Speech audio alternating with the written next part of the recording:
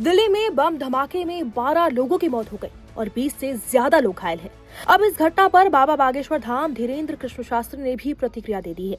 तो हरियाणा के फरीदाबाद के बाद अब पलवल में बाबा बागेश्वर की पदयात्रा पहुंची है और यहीं पर उन्होंने इस मामले पर बड़ा बयान दिया है। धीरेन्द्र शास्त्री जी ने कहा कि अगर भारत हिंदू राष्ट्र और अगर सनातनी एकजुट होंगे तो वो लोग ऐसी एक्टिविटी में शामिल नहीं होंगे। हिंदुओं की एकता और परंपरा का मतलब है वसुदेव कुटुंबकम और अहिंसा परमो धर्म है। अगर हिंदू एकजुट होगा तो वो लोग किसी की जान लेने के बारे में कभी नहीं सोच सकेंगे। एक सवाल के जवाब में बाबा बागेश्वर ने कहा कि यही विश्व का दुर्भाग्य है कि यही क्यों आतंकवादी हमेशा होते हैं। कहीं ना कहीं इनकी शिक्षा नीति में ही गड़बड़ है। बाबा की सनातन हिंदू एकता यात्रा मंगलवार को पलवल की सीनियर सेकेंडरी स्कूल से शुरू हुई है और फिर दोपहर को होडल विधानसभा एंट्री की है।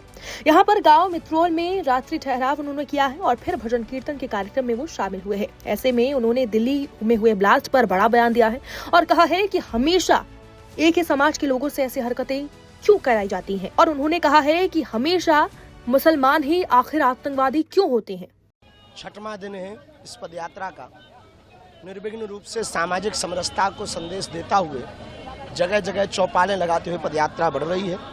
आज सराय खटोला में वंशकार परिवार जो वाद्य यंत्र के द्वारा मंगल काजों में बैंड बाजा आदि की सेवा करते हैं, उनके साथ बैठकर साधु संतों के साथ बैठकर सड़क पर भोज किया। सामाजिक समरसता का संदेश, हिंदू एकता का संदेश दिया। हम इस देश में सनातन हिंदू एकता चाहते हैं। सनातनियों में हम भेदभाव छुआछूत मुक्त चाहते हैं। कुछ विरोधी ताकतें इस कार्य को, इस मिशन को रोकने के लिए तरह तरह के षड्यंत्र कर रही हैं, तरह तरह के उपद्रव कर रही हैं। हमको यही जवाब देना चाहेंगे, जो भी इस पदयात्रा का विरोध कर रहा या फिर हिंदुओं को डराने के लिए तरह तरह के षड्यंत्र कर रहा, हम एक बात कह दें, हम न रुकेंगे न डरेंगे। यदि आज भारतीय एक नहीं हुआ, 150 करोड़ लोगों की 150 किलोमीटर की ये पदयात्रा है, यदि सभी एक नहीं हुए तो जो बम धमाका दिल्ली में हुआ है, ऐसा भारत के हर गली कोने में होता दिखाई देगा। इसी के लिए आवश्यकता है एकता की, यूनिटी की।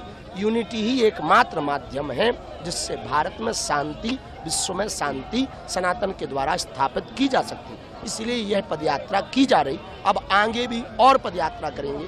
16 तारीख को लाखों सनातनी उन आतंकवादी ताकतों को, देश को तोड़ने वाली ताकतों को, देश में व्यभिचार फैलाने वाली ताकतों को, देश में दंगा करने वाली ताकतों को, जो डॉक्टर मुसलमान पकड़ा गया, इस्लाम धर्म का था, लेकिन उसने देश में करोड़ों लोगों की जान लेने की तैयारी कर रखी थी।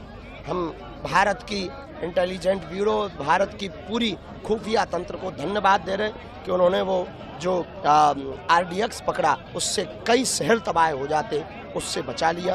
पर जो दिल्ली में वाली घटना हुई, निश्चित रूप से वो नहीं होनी चाहिए। हम इसी आज की पदयात्रा में संपूर्ण भारत को पुनः सामाजिक समरसता के लिए, भारतीय और सनातनी एकता के लिए आह्वान कर रहे हैं कि आओ 16 तारीख को वृंदावन में, वरना हर मोहल्ले में धमाके होंगे।